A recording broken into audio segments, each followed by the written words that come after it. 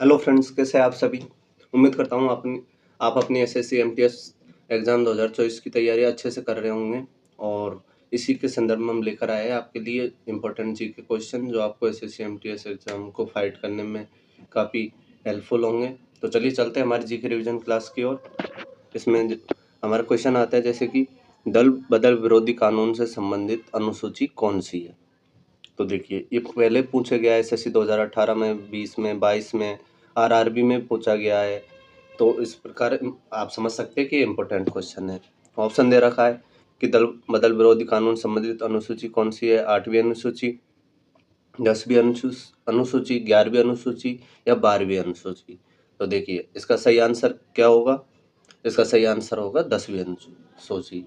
जो दल बदल विरोधी कानून है उसमें 10वीं अनुसूची जोड़ी गई थी। इसी प्रकार नेक्स्ट क्वेश्चन है, वर्तमान में 8वीं अनुसूची में कितनी भाषाओं का उल्लेख है। ये पूछा गया है एसएससी 2020 में, आरआरबी 2018 में, यूपीपीएससी में 2018 में। तो देखिए, वर्तमान में जो 8वीं अनुसूची में सम्मिलित भाषाएं है वो है 22 भाषाएं, यानी कि जो बी आंसर है वो हमारा सही आंसर होगा। चलिए चलते हैं नेक्स्ट क्वेश्चन तरफ। तो पहले संविधान संशोधन में क्या जोड़ा गया था। मतलब पहले संविधान संशोधन में और कौन सी अनुसूची जोड़ी गई थी। तो देखिए, फर्स्ट अनुसूची, फिफ्थ अनुसूची, 9th अनुसूची या 12th अनुसूची, पहली, 5वीं, 9वीं या 12वीं। तो देखिए, पहले संविधान संशोधन में पहली अनुसूची जोड़ी गई थी। ठीक है, तो ऑप्शन ए सही होगा। नेक्स्ट क्वेश्चन है, भाषा के आधार पर भारत का पहला राज्य कौन सा बना था। ऑप्शन है हरियाणा, केरल, उत्तर प्रदेश या आंध्र प्रदेश।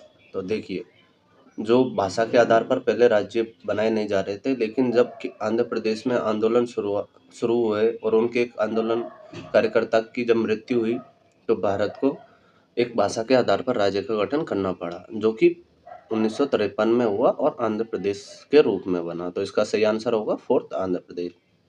इसी प्रकार है, भारतीय संविधान में कितनी अनुसूचियां है। तो ऑप्शन ए 8, 10, 12 या 14। तो बताइए कितनी अनुसूची। हमने पहले पढ़ा है दल बदल विरोधी कानून है, उसमें कौन सी अनुसूची जोड़ी गई। तो 10वीं। तो टोटल कितनी अनुसूचियां है। तो देखिए, टोटल है 12 अनुसूचियां। तो ऑप्शन सी इसका सही आंसर होगा। ठीक है, नेक्स्ट चलते हैं कि आपातकाल का सिद्धांत है वो किस देश से लिया गया है। तो ऑप्शन दे रखा है जर्मनी, अमेरिका, कनाडा या अन्य ऑस्ट्रेलिया मान लीजिए। तो सही आंसर होगा जर्मनी, यानी जो आपातकाल का सिद्धांत है वो जर्मनी से लिया गया है। इसी प्रकार संविधान संशोधन प्रक्रिया को किस देश से लिया गया है। तो ऑप्शन दे रखा है जर्मनी, अमेरिका, फ्रांस, दक्षिण अफ्रीका।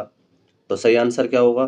तो देखिए, सही आंसर होगा दक्षिण अफ्रीका। दक्षिण अफ्रीका से संविधान संशोधन की प्रक्रिया ली गई है।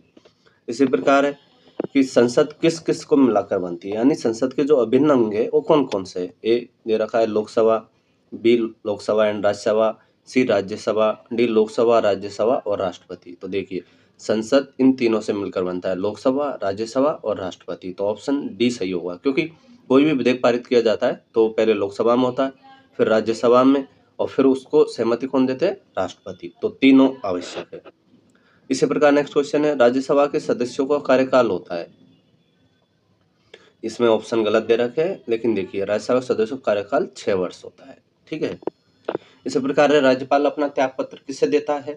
तो ऑप्शन दे रखा है संघीय मंत्रिमंडल को, यानी कैबिनेट मिनिस्ट्री होती है उसको, बी राष्ट्रपति को, सी उपराष्ट्रपति को, डी प्रधानमंत्री को।